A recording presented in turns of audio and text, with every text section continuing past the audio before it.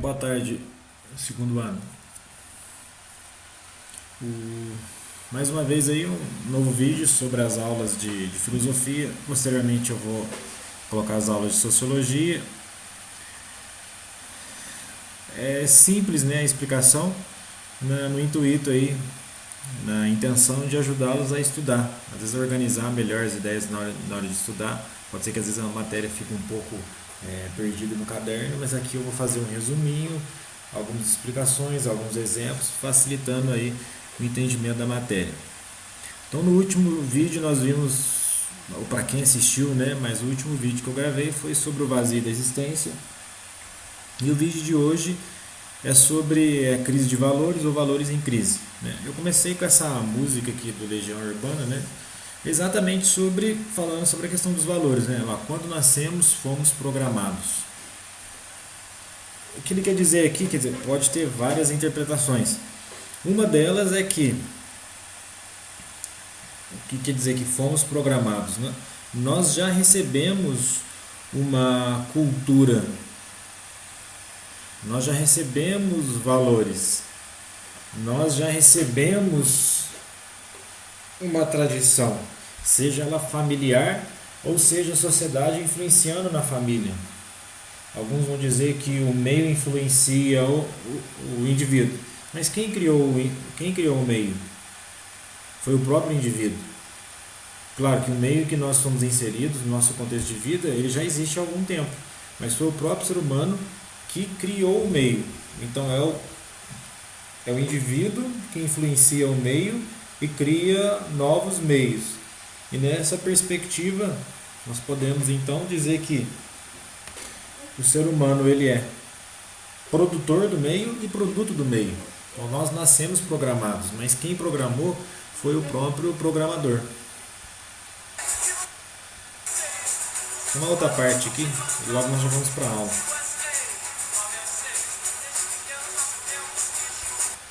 Desde pequenos nós comemos lixo. É fácil culpar o sistema. Quem criou o sistema? O sistema não tem vida própria. A vida do sistema, quem alimenta o gigante ou o monstro do sistema somos nós. Certo? Então, nessa lógica de crise de valores ou valores em crise, algumas pessoas vão falar assim: mas os jovens não têm mais valores. Esse discurso aí remonta desde o século XII. Né? Se for analisar historicamente, no contexto medieval, por que século XII? Né? A transição da baixa Idade Média para a alta Idade Média, pouco desenvolvimento, mais desenvolvimento. O século XII aí já é o início, quer dizer, já está em meados do processo das cruzadas, o início da atividade comercial, né, pré-mercantilista. Então a Europa já está passando por um processo de novos valores. E esse discurso ele vai remontar desde essa época. Se for analisar, toda geração vai considerar que a nova geração perdeu os valores. Se vocês forem analisar, se os pais de vocês, quando olham para vocês, não dizendo vocês especificamente, vocês como figuração aí de coletivo, mas quando eles olham para vocês, falam assim: vocês perderam os valores. Mas pode ser que os pais dos seus pais, né, os seus avós, eles vão dizer assim: nossa, meus filhos perderam valores. E o bisavô a mesma coisa. Então depende da posição e do ponto de vista de época, né? No ponto de vista teórico, o que é um valor? É um investimento afetivo. Então pode-se dizer que o problema de hoje em relação aos valores é saber quais são os valores. Então, dizer que os jovens não têm valores, mas os jovens são tributários dos valores dos adultos. Ou seja, os jovens, eles recebem os valores dos adultos. Então, essa questão da crise depende da forma que vai identificar. Quando fala assim, que precisa saber quais são os valores, né, tem aqui a digital, né? Essa digital. Então, quando nós falamos em questão de valores, pode ser um valor de identidade. Se eu não sou quem eu sou direito, se eu não sei o que eu quero direito, Então, como que eu tenho um investimento afetivo? Se eu não sei quem eu sou, eu tenho dificuldade de saber o que eu sinto. Se eu tenho dificuldade de saber quem eu sinto, como que eu vou investir afetivamente? Quais são as minhas emoções reais? Ou eu vivo com emoções fictícias, ou eu vivo com emoções ilusórias, ou eu vivo de emoções apenas das coisas que me chamam a atenção, logo depois quando elas passam eu perco a emoção. Então pode ser uma crise de identidade também. Crise de valores, como nós já vimos na aula, crise de valores são que os valores existentes já não são mais suficientes para regular a vida social. E valores em crise, aqueles valores que em tese são valores importantes, eles estão desaparecendo. Essa é a diferença. Então temos valores aí em várias áreas, né? Não precisa especificar cada uma delas, basta vocês olharem e nós vamos entender isso. No momento do país, política, ética, verdade, leis, sociedade, né? O povo clama por revolução. E tudo isso, quando você tem uma crise com esses conceitos, nós vamos ter uma crise da democracia, nós vamos ter uma crise social. Isso não ocorre só no Brasil, cada país, de acordo com o seu contexto social, de acordo com seus contextos de fatos sociais, nós temos aí crises ambientais, que é uma das grandes crises da humanidade. Alguns vão falar que não, que o aquecimento global é algo natural, aquele eterno blá blá blá. E sabemos que o ritmo do desenvolvimento é um sistema em crise. O sistema capitalista é um sistema que está em crise porque ele não dá conta de desacelerar, porque hoje desacelerar o capital é falar em desemprego, diminuição de lucro. Então é complexo, e nessa complexidade é crise. A crise pode servir de oportunidade, quando de fato nós entendemos que os valores estão em crise, nós precisamos formular novos valores para regular a convivência social, certo? E aí essa crise, ela é muito discutida, né? Essa crise moral, ética, ela é muito discutida no mundo contemporâneo. Mas por quê? Porque nesse mundo contemporâneo houve aí uma tripla ruptura. A primeira ruptura é porque, antes de falar da primeira ruptura, mas por que essa ruptura?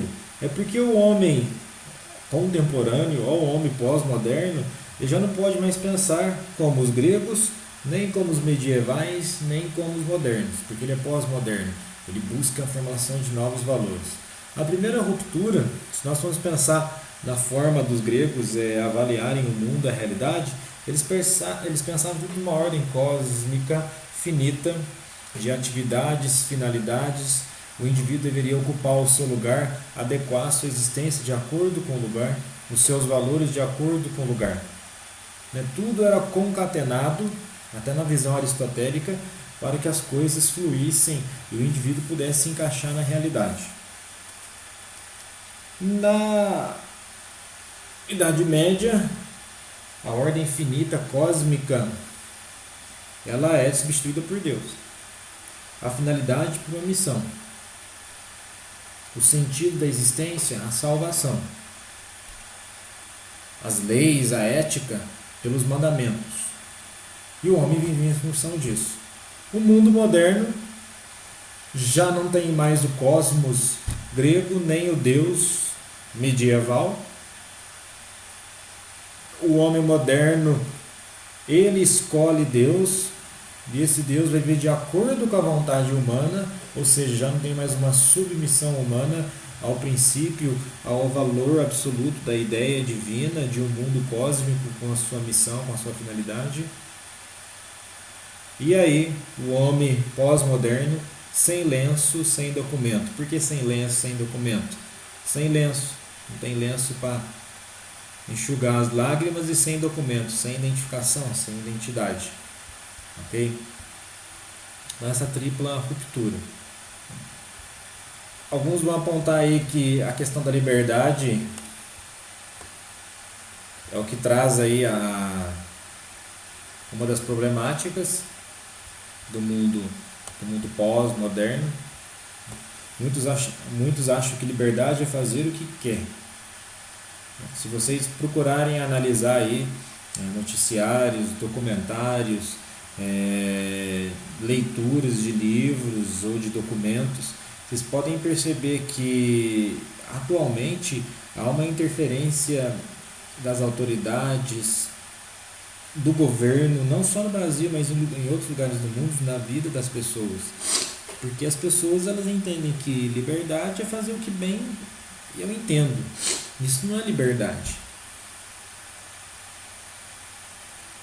Liberdade é exatamente saber os seus limites. Liberdade é saber seus direitos e saber seus deveres. Nessa tríplice, nesse tríplice entendimento, você então adquire um senso de que você tem um papel a cumprir. O seu papel não é apenas ser livre e fazer o que você bem entende. O seu papel também é responder a determinadas demandas, a determinadas situações. Você faz o que você quer, então você recebe também consequências, né? Então essa ilusão de que liberdade é fazer o que quer, né, desemboca no mundo onde as pessoas muitas vezes não têm interesse pela lógica da sociedade. Fala assim, então se eu não tenho liberdade de não querer participar da sociedade, então eu não sou livre. Não, você é livre. Você é livre de não querer participar da sociedade, mas a partir do momento que você escolhe não participar da sociedade, mas você interfere de modo contrário, opositor ao que a sociedade faz, então você pode se tornar aí um problema. Pode ser que você esteja certo nessa sua posição, mas o que acontece com muitos é que eles se tornam livres e eles se opõem a todo o sistema vigente da sociedade. Então é essa ilusão de liberdade de escolha. O cara fala, eu vou fazer assim que o final vai ser diferente. Não, o final não é diferente, né? O que acontece no abatedouro, né? Não acontece a festa rave, não acontece marcha para maconha, não acontece plantação de mandioca. No abatedouro não tem festinha, vamos pro céu. O abatedouro é a morte e por aí acaba tudo. Então a liberdade ela vai sempre desembocar na morte. Então pode entender que liberdade é a capacidade de discernir e refletir sobre as melhores escolhas que você tem. Mas para refletir sobre as melhores escolhas, você também precisa pensar pelo menos nas piores escolhas. E ter consciência de que, mesmo tendo a intencionalidade de fazer a melhor coisa, você pode produzir algo ruim. Ok? Seguindo, um dos problemas não vejo, não vamos chamar de problema, mas assim, é algo a se refletir. Esse aqui é o jornal francês, né? Charlie Hebdo. Liberdade de expressão. Até onde temos a liberdade de expressão? Qual é a expressão da liberdade?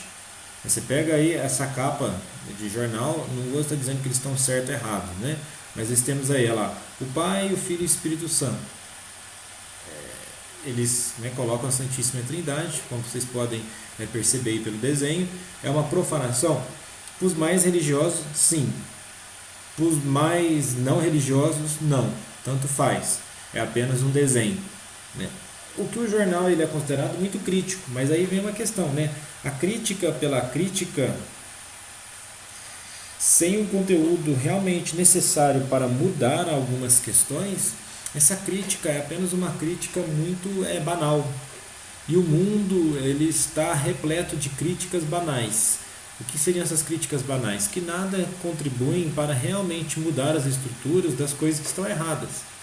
Então, vamos pegar um exemplo aqui no jornal. Você está falando que a religião está errada, por que não fazer uma crítica reflexiva sobre o eu? Mas não, vamos banalizar, vamos fazer esse chamativo. Se alguém nos inibir, se alguém nos censurar, opa, eu tenho liberdade de expressão. Ok? A lógica do crítico pelo crítico, olha lá, o cara sentado vendo a televisão, ele xinga a televisão, mas continua assistindo a televisão. A televisão burra, né? A televisão, como se ela pudesse falar, telespectador idiota. E a palavra idiota é aquele que está distante da realidade. Ele fica apartado do mundo, porque ele vive naquela ilusão de que ele é livre, e de tão livre ele não tem obrigação nenhuma de se comprometer nem com política, com nada. Ele acha que isso é liberdade, invertendo o valor da liberdade, porque liberdade é exatamente interferir na realidade. Se eu sou livre, se eu tenho capacidade de ser quem eu sou, então eu interfiro na minha existência. E a minha existência ela está inserida diretamente na realidade em qual eu vivo. Né? Esses críticos, que nós vimos muito em vídeos, né, pela internet, que só criticam, arrotam discursos, arrotam textos, leem isso, leem aquilo, e o engajamento social e de transformação escasso, é o eterno espírito de porco. Né? Uma pessoa ranzinza, muitas vezes cruel, ele apenas quer difamar, ele não quer ajudar, apenas chama a atenção para os seus comentários, mas o comprometimento com a transformação da realidade é muito falho, esse comprometimento. Pode ser uma questão de crise também. Depois, aí chegou no ponto da última aula, da aula do dia 3, né, que nós estamos falando sobre o crepúsculo dos ídolos, né, os melhoradores da humanidade, né, filosofia golpe de martelo, né, martelar. Muitas vezes ao martelar você quebra, você fragmenta, e na fragmentação você precisa recompor o conceito, e nessa recomposição você vai entendendo, mas será que isso realmente é válido? Então muitas vezes dividir ou diversificar é necessário para realmente entender a verdade. Quando ele fala ídolos, ele vai falar de uma realidade além das tradições que negam o próprio ser humano, ou seja, são tradições que anulam o ser humano. Crepúsculo, como sabe, né? Quando anoitece, né? Aí tem o crepúsculo matutino, né? O vespertino, mas aqui vamos falar do vespertino primeiramente. Anoitece, o desaparecimento ou dispersão da luz, né? É a figuração de falsas doutrinas e conceitos, que eles chamam de ídolos. Isso deveria desaparecer. E no novo crepúsculo, né, matutino, no novo amanhecer, a humanidade deveria se tornar melhor. Mas a humanidade só se torna melhor a partir do momento que os humanos querem se tornar melhores. Nessa visão dos melhoradores da humanidade, ele vai entender que a moral não passa de uma interpretação. Aqui tem um errinho aqui, né,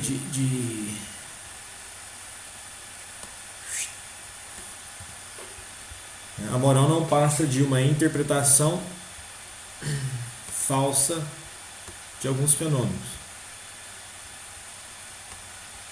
Como assim interpretação falsa? Acontece determinada situação na sociedade, e aí as pessoas falam, mas isso está errado, aí isso está certo. Perante o que as pessoas julgam que isso está certo ou errado?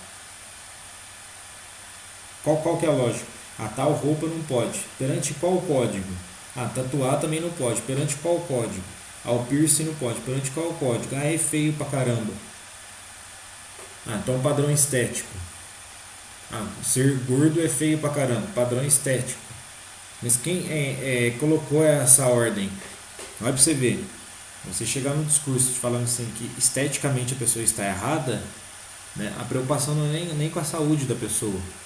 Porque você fala que uma pessoa que está com uma pessoa obesa, ela é feia, mas aí a pessoa ela corre risco de saúde. Assim como uma pessoa raquítica e magrela que está nas passarelas da moda, ela também corre risco de saúde. É uma inversão de valor. Então muitas vezes a moral ela é muito hipócrita. Ela não dá um discurso, ou ela não explica em si o porquê do certo e o que é errado. Há uma imposição tradicional dos valores, nós entendemos quanto tal, não há muita possibilidade de questionamento, e muitas vezes quando é questionado, a pessoa que questiona ela é mal vista. Mas apenas ela está só ela está fazendo um levantamento de uma suposição, de que aquilo pode estar errado. Né? Nessa lógica aí, leis antigas que regem e condenam o moderno. Nós acostumamos a receber a tradição, uma tradição religiosa, uma tradição ética, uma tradição social, uma tradição histórica, e nós continuamos com isso, certo? Mas a cultura, nós não podemos esquecer que é fruto de uma época. Ela varia de época para época, sim. Alguns elementos básicos, elas continuam iguais. Por exemplo, a vida é um valor que passa época, século e século, ela continua sendo um valor. A forma de viver, ela vai variando, ela vai tendo variantes de acordo com a cultura. E nessa perspectiva, o certo e o errado é interpretativo. Aí nós desembocamos aí numa relativização dos valores. Quando eu falo relativizar, não é necessariamente a gente fala assim, o que é bom para mim é errado para você. Não, é entender que em determinado contexto social, histórico, cultural, a desenvoltura de determinados valores faz sentido para aquela sociedade.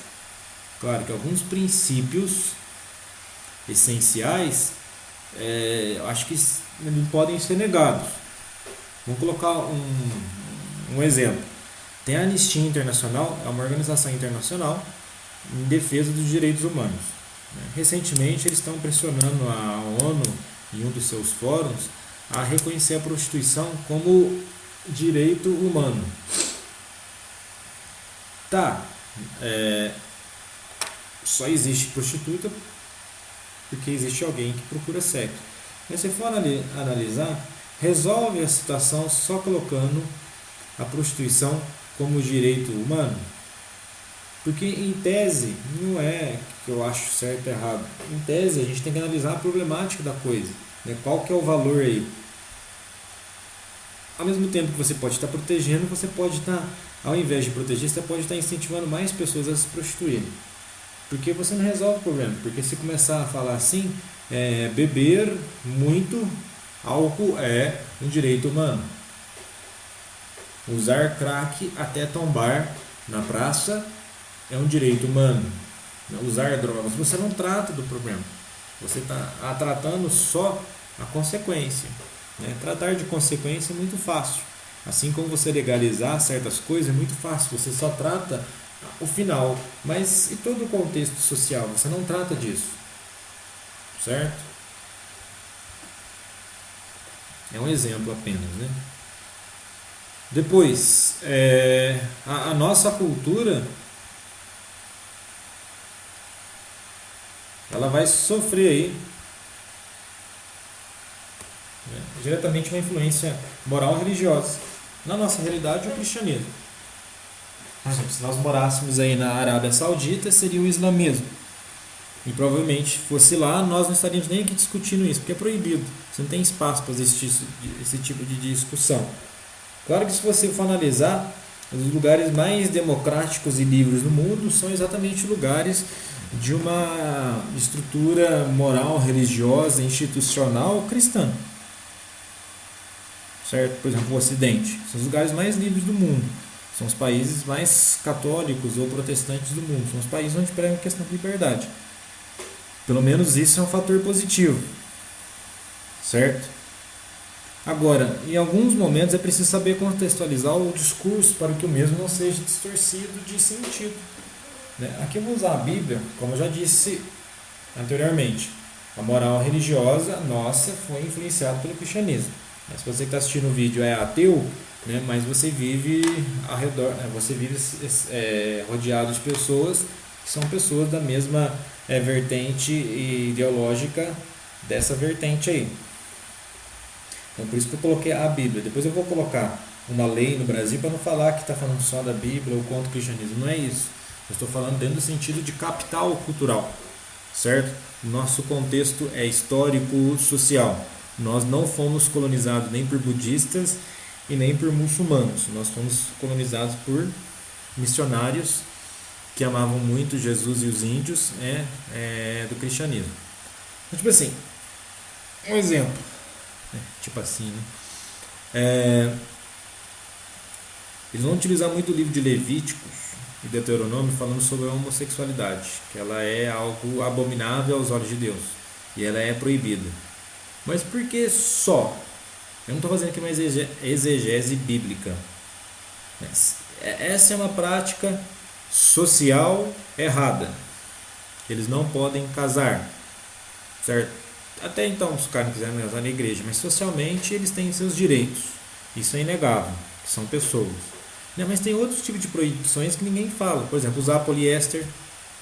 Tá aí, não vou ficar lendo trecho porque não precisa. Né? Quem quiser ler e saber ler, só lê. Depois procura lá. Comer bacon, isso é proibido. Fazer a barba ou cortar o cabelo arredondado, isso também é proibido. São todas coisas proibidas e tem várias outras proibições. E aí, só porque pessoas do mesmo sexo, isso é abominável. Tudo bem, aí o cara vem com o argumento, não, é abominável porque o primeiro mandamento, você vai lá no livro de Gênesis, um dos primeiros mandamentos que Deus deu para a humanidade foi ide multiplicai-vos. Então, a partir do momento que duas pessoas do mesmo sexo, na incapacidade de procriar, elas estão ferindo esse primeiro mandamento, logo estão ferindo a lei de Deus. Tá, mas se as pessoas não praticam a religião? E se as pessoas não vão à igreja? Certo? Então, o mesmo discurso, né, que nós temos no Brasil, o artigo 7, né, que fala a questão da liberdade de expressão, você não pode ser perseguido pela sua liberdade de expressão, né, mas a partir do momento que você é deputado, você tem impunidade parlamentar, você pode perseguir. O Estado é laico. O Estado é laico. Então, na forma de ver, é uma crise de valorização do próximo, certo? Mas as pessoas insistem em cometer esses erros, né? Saindo desse contexto bíblico, nós temos aí o exemplo da lei.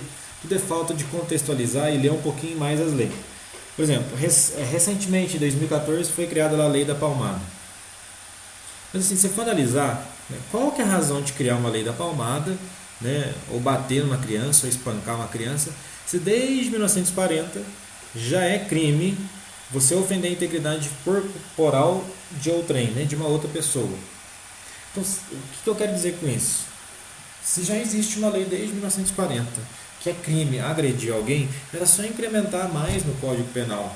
Por exemplo, se você bate uma criança, espanca uma criança, isso é válido tanto para criança, para adulto e para idoso. Então falta critério, falta boa vontade, a aplicação das leis, certo? E nesse contexto de faltar critério e boa vontade, muitas vezes alguns projetos de leis, alguns projetos de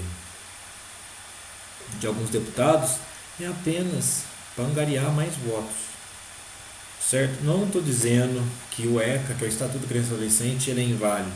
Eu estou dizendo que é preciso, né, o papel ele precisa fazer sentido com a realidade, certo? O papel aceita tudo, né?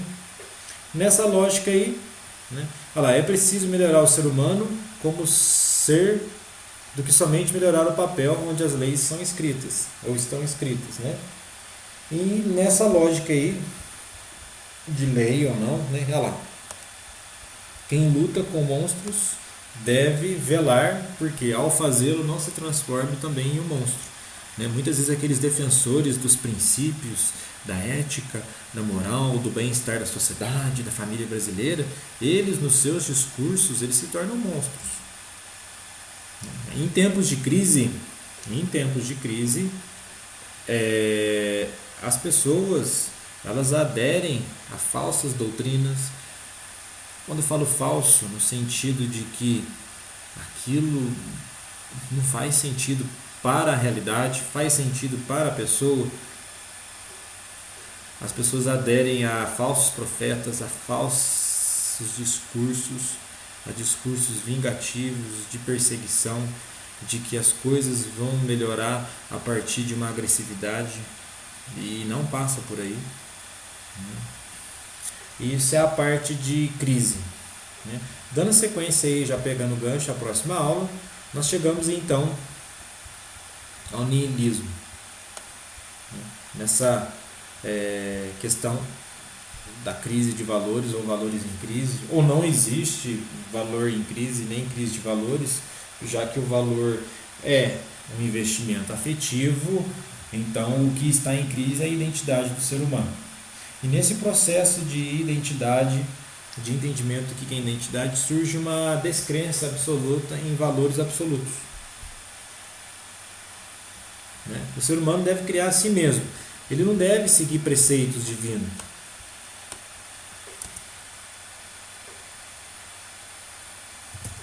Então, esse valor absoluto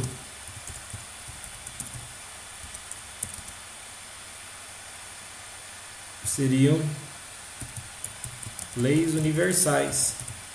Mas agora não existem leis universais. O ser humano, de acordo com a sua época, de acordo com a sua situação, de acordo com a sua conveniência, ele vai criando ele vai se criando e vai criando as próprias leis.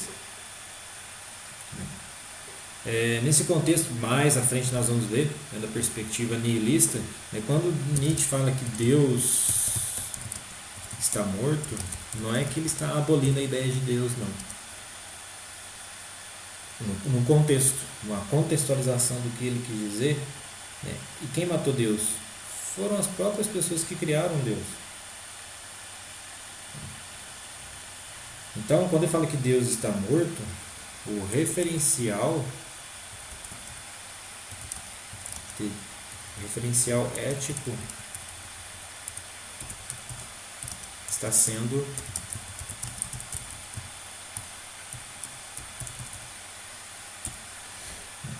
agora não é o que Nietzsche disse, não, uma interpretação. Não uma interpretação falha, mas uma interpretação de acordo com o contexto que ele disse. Então, assim, o mundo em termos de população, já ultrapassou mais de 7 bilhões de pessoas.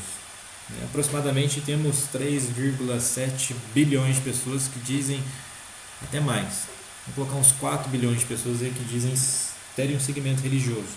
Boa parte das religiões do mundo, elas seguem um princípio de fazer o bem ao próximo. Então, por que o mundo está na desordem que está? Certo? Então, quando ele fala que Deus está morto, é que esse referencial ético, esse referencial que em tese falava assim, Deus falou, então está tudo certo, isso já não está mais fazendo sentido. Não porque Deus de fato está morto, mas porque o ser humano matou ele, crucificou ele, e fico até feliz por causa disso.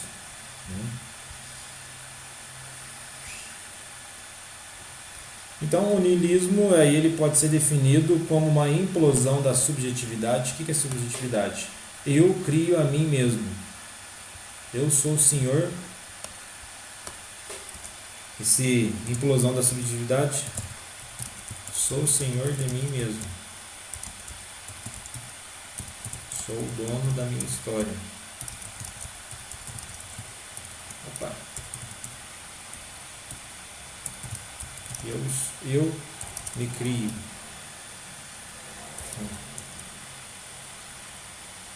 Sou o dono do meu nariz, Aquela valorização, a glorificação de si mesmo, que se não for algo equilibrado, pode ocorrer um egoísmo. E o niilismo, a palavra é nihil, que significa nada, nada faz sentido. Se nada faz sentido, as pessoas perdem a esperança em sistemas políticos, no próprio sistema moral. Nessa lógica aqui, quando nós falamos de niilismo político, é a descrença no próprio sistema político. Nada vai funcionar.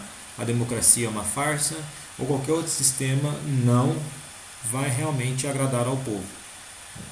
Aqui seria equivalente ao anarquismo, porque em tese o anarquismo ele vai pregar a igualdade entre as pessoas. Não existe uma hierarquia de poder, então as pessoas seriam iguais.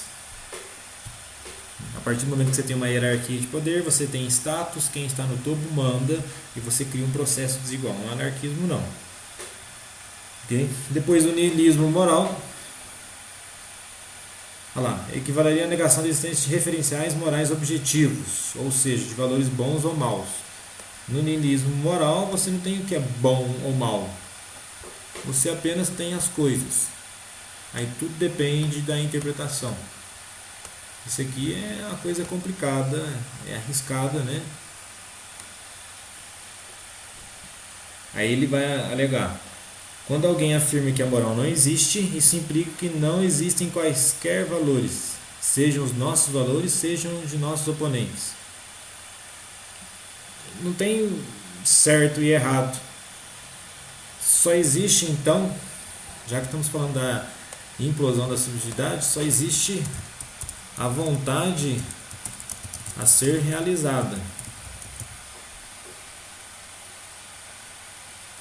O certo e errado não deve passar pelo crivo, o crivo que seria o funil, que seria o análise pelo crivo da moral. O certo e errado já não existiria, existiria a vontade de ser realizada. Os mais radicais vão alegar que a verdade não existe. Mas se for analisar, né, quando ele fala assim: a verdade não existe, ele acabou de criar uma outra verdade.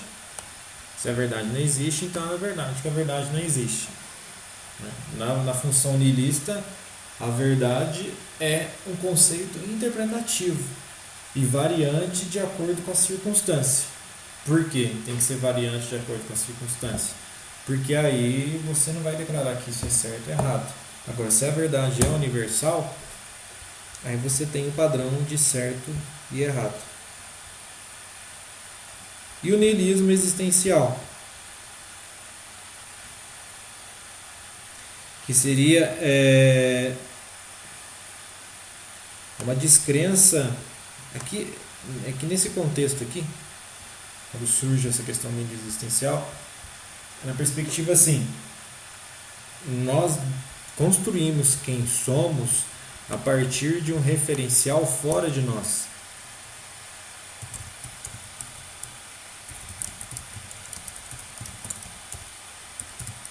Nos preocupamos com doutrinas e leis. O existencial fala assim: não, se você quer fazer tal coisa, entenda por que você quer fazer tal coisa, e não apenas porque determinada doutrina disse que é errado. Agora, também não está querendo dizer que você tem que fazer tudo. Tudo não pode ser que tudo não seja conveniente, certo? E o que também está querendo dizer é que não existe uma realidade além.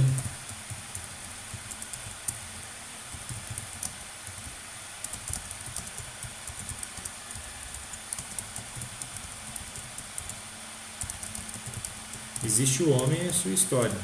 Então, os agentes realmente ativos e construtores da história são os homens. As palavras, elas não têm sentido fora delas. As palavras só têm sentido de acordo com o valor que damos, o valor que nós demos a essas palavras. Então, se nós formos pegar lá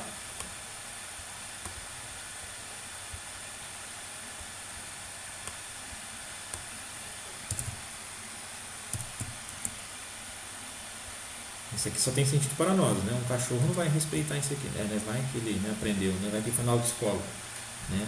O significado é você olhar para essa placa e ver pare.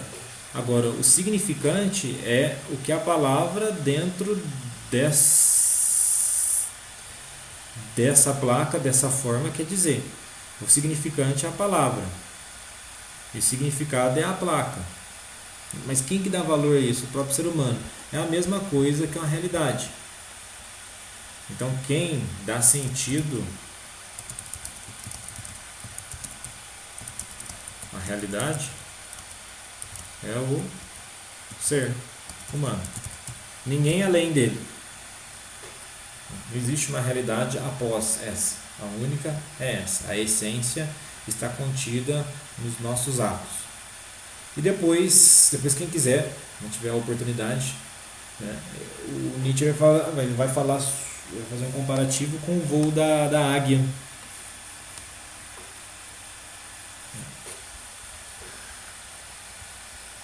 E nesse contexto aqui,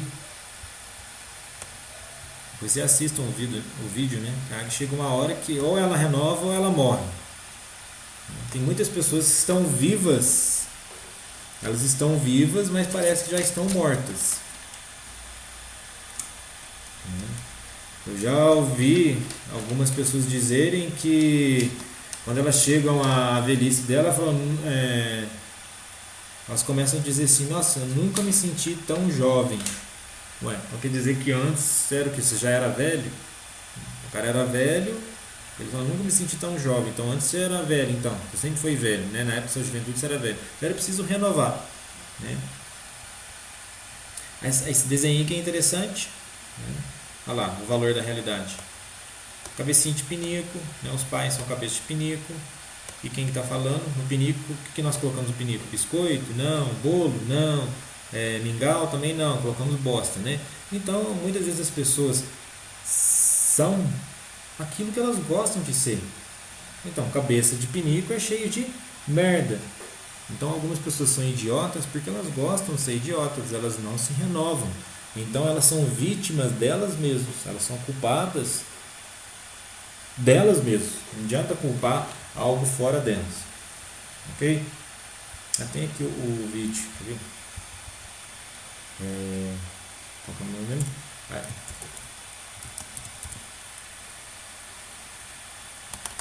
A música vocês já devem ter ouvido. Quem não ouviu, né, tenha só curiosidade. Quem não gosta de rap, mas é só mais o contexto da música mesmo. Olha lá. Isso aqui é um niilismo existencial. Ó. Não adianta olhar pro céu com muita fé e pouca luta. Levanta aí que você tem muito protesto pra fazer, muita greve. Você pode ter. Não adianta olhar pro chão, virar a cara pra não ver.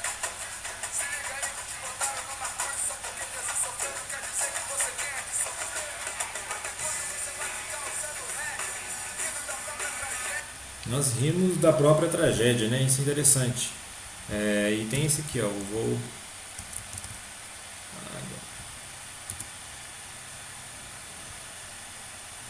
Interessante por causa disso. Ó.